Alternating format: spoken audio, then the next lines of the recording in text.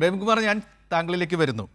താങ്കൾ എന്താ പറഞ്ഞത്? സ്ട്രാറ്റജിക് ആംബിഗ്വിറ്റി പരത്തിക്കൊണ്ടിരിക്കുന്നു എന്ന്. അതെ, ചരിത്രപരമായ ഒരു മതിഭ്രമം കൂടി പരത്താൻ ശ്രമിക്കുന്നുണ്ട്. കാരണം ഒരു രാഷ്ട്രീയ ചരിത്രത്തിൽ, രാഷ്ട്രമീമാംസയിൽ തന്നെ ഇല്ലാത്ത ചില പുതിയ സിദ്ധാന്തങ്ങൾ ഇവർ കണ്ടെത്തുകയും മുന്നോട്ട് വയ്ക്കുകയും ചെയ്യുന്നുണ്ട്. കേരള രാഷ്ട്രീയത്തിൽ ആരെങ്കിലും ഒരു സർക്കാർ ഭരിക്കുന്നത് ഒരു നീണ്ടകാലത്തേക്കാണ്. ആ സർക്കാരിൻ്റെ ആദ്യത്തെ മാസങ്ങൾ കഴിഞ്ഞാൽ പിന്നീട് ഒന്നും തീരുമാനിച്ചുകൂടാ, ഒരു കാര്യവും നടപ്പാക്കിക്കൂടാ എന്ന് പറയുമ്പോൾ ഇന്ത്യൻ രാഷ്ട്രീയ ചരിത്രത്തിലെ ഏറ്റവും വലിയ കാൽവയ്പായിട്ട്, ഭരണപരമായ തീരുമാനമായിട്ട് എന്ന് പറയുന്ന പഞ്ചവത്സര പദ്ധതികൾ, അതിൻ്റെ ഒന്നാമത്തെ പദ്ധതി ജവഹർലാൽ നെഹ്റു പ്രഖ്യാപിച്ചത് 51 ഏപ്രിൽ 1-നാണ്. 51 ഒക്ടോബറിലായിരുന്നു നമ്മളുടെ ആദ്യത്തെ പൊതുതെരഞ്ഞെടുപ്പ്. ആരെയൊക്കെ റദ്ദാക്കുകയാണ് ഇങ്ങനെയുള്ള പുതിയ രാഷ്ട്രീയ സിദ്ധാന്ത രൂപകർത്താക്കൾ നമ്മുടെ കേരള രാഷ്ട്രീയത്തിൽ ചെയ്തുകൊണ്ടിരിക്കുന്നത്. ഇത് കേട്ടുകൊണ്ടിരിക്കുന്ന രാഷ്ട്രീയ ചരിത്രം പഠിക്കുന്ന കുട്ടികളുണ്ടാവും. കുട്ടികൾ അവർ തെറ്റിദ്ധരിക്കപ്പെടാതിരിക്കാൻ വേണ്ടിയെങ്കിലും ഒരു നിരീക്ഷകൻ, രാഷ്ട്രീയ നിരീക്ഷകൻ, പഠിതാവ്, ഡോക്ടറേറ്റ് ബിരുദമുള്ള ഒരാൾ എന്ന നിലയ്ക്ക് അങ്ങക്ക് എന്തെങ്കിലും ഇപ്പോൾ നമ്മുടെ ഈ പുതിയ കുട്ടികളോട് പറയാനുണ്ട്? ഇവരവിടെയൊക്കെ വിട്. അതായത് പുതിയ കുട്ടികൾക്ക് ഇതൊക്കെ വളരെ വളരെ വളരെ വ്യക്തമായിട്ട് മനസ്സിലാവുന്നുണ്ടെന്നാണ് ഞാൻ വിചാരിക്കുന്നത്.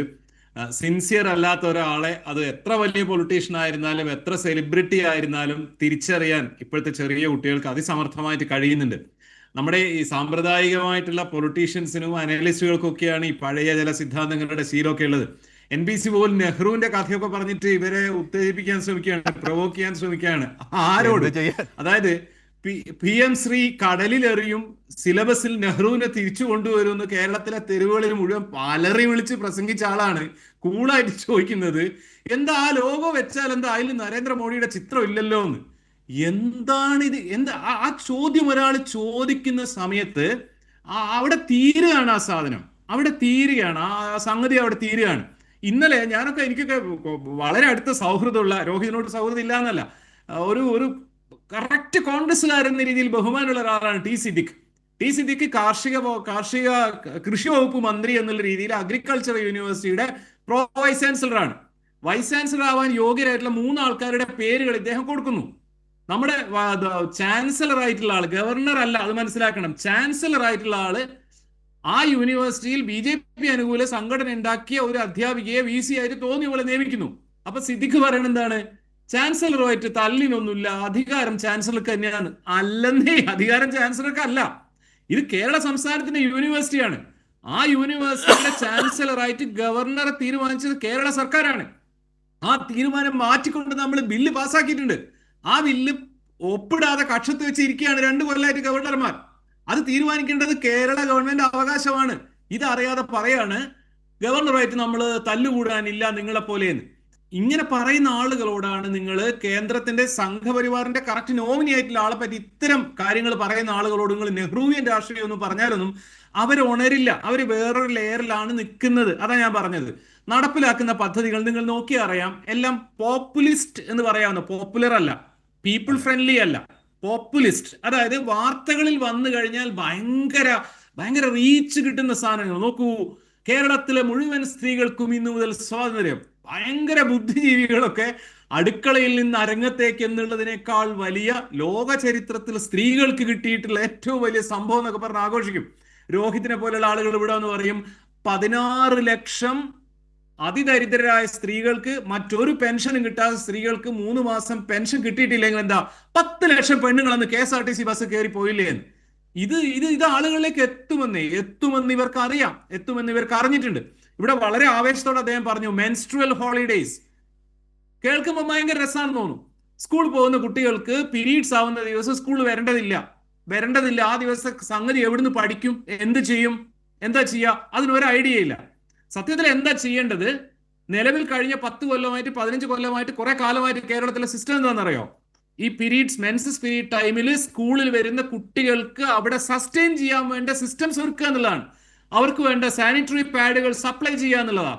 അത് ഈ ജൂൺ മാസത്തിൽ നടന്നിട്ടില്ല. സ്കൂളുകളിൽ ഈ സാധനം എത്തുന്നില്ല. അതിന് ഫണ്ടില്ല, അത് ശ്രദ്ധിക്കാൻ ആളില്ല, അത് ചെയ്യേണ്ടതും എഡ്യൂക്കേഷൻ ഡിപ്പാർട്ട്മെന്റ് ആണ്. 3-4 ടീച്ചർമാർ എന്നോട് ചോദിച്ചു ഇത് ആരാണ് ചെയ്യേണ്ടത് മാഷ്, ഇതിനെ പറ്റി ഒന്ന് എഴുതുമെന്നൊക്കെ. എനിക്ക് അതിന്റെ വിശദമായ വിവരം അറിയാത്തതുകൊണ്ട്. അതായത് പീരീഡ്സ് ഡേറ്റിൽ കുട്ടികൾ സ്കൂളിൽ വരേണ്ടതില്ല, അത് പറയാൻ നിങ്ങൾക്ക് ഒരു ബുദ്ധിമുട്ടില്ല, വരണ്ട, അറ്റൻഡൻസ് കിട്ടും, സർക്കാരിന് ഒരു മെനക്കേടുമില്ലല്ലോ. മെനക്കേട് എന്തിനാണ്? നിങ്ങൾ സ്കൂളിലേക്ക് വന്നുകൊള്ളുക, അവിടെ വേണ്ട സൗകര്യങ്ങൾ സ്കൂൾ ഒരുക്കും, നിങ്ങൾക്ക് പാഡ് ഉണ്ടാവും, വിശ്രമിക്കാൻ സ്ഥലം ഉണ്ടാവും എന്ന് പറയാനാണ്. മറ്റു സാധനമാണ് 3 ദിവസം ഹോളിഡേയ്സ്, അതാണ് മനോരമയിൽ വെണ്ടക്ക നിരത്തുക, അതാണ് ഏറ്റവും എന്താ പറയാ സംഘപരിവാറിന്റെ വേദി പങ്കിടാൻ യാതൊരു മടിയില്ലാത്ത പോസ്റ്റ് മാർക്സിസ്റ്റ് ഫെമിനിസ്റ്റുകൾ കൈമുട്ടി ആഘോഷിക്കുക. ഇത് ഇവർക്ക് നന്നായിട്ട് അറിയാം എന്നാ ഞാൻ പറഞ്ഞത്. ഒരൊറ്റ ചോദ്യം ഈ പെൻഷന്റെ കാര്യത്തിൽ കോൺഗ്രസിന്റെ പ്രതിനിധി പറഞ്ഞാൽ മതി. നിങ്ങൾ ഇത് തുടരേണ്ടതില്ല എന്ന് തീരുമാനിച്ചിട്ടുണ്ടോ? കോൺഗ്രസ് തീരുമാനിച്ചിട്ടുണ്ടോ? അതെ, ഉണ്ടെങ്കിൽ എന്തുകൊണ്ടാണ്? അവസാന മാസം LDF തുടങ്ങിയ പരിപാടിയാണെന്നുള്ളതുകൊണ്ടാണോ നിങ്ങൾ തുടരാത്തത്?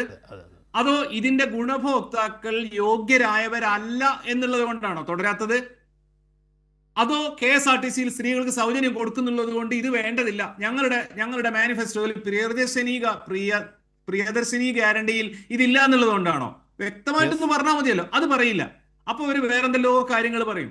10 കൊല്ലമാണെങ്കിൽ 10 കൊല്ലം, 20 കൊല്ലമാണെങ്കിൽ 20 കൊല്ലം. കഴിഞ്ഞ മാസം തുടങ്ങിയ ഒരു പദ്ധതി നല്ലതാണെങ്കിൽ അത് തുടരുകയും നല്ലതല്ലെങ്കിൽ അത് തുടരാതിരിക്കുകയാണ് വേണ്ടത്. പക്ഷെ അതിന് പറയുന്ന കാര്യം എന്തായിരിക്കണം? ലോജിക്കൽ ആയിരിക്കണം. ചമ്പക്കുളം വള്ളംകളിക്ക് അവധി കൊടുക്കുമ്പോൾ ചോദിച്ചതുപോലെ പറയരുത്. ഈ പറയൽ ഇങ്ങനെ പോയാൽ ഇവര് ഈ മുഖ്യമന്ത്രിയെ എവിടെയെങ്കിലും കുടുങ്ങുമെന്ന് ഞാൻ വിചാരിക്കുന്നത്. കുടുങ്ങും, കൃത്യമായിട്ട് കുടുങ്ങും.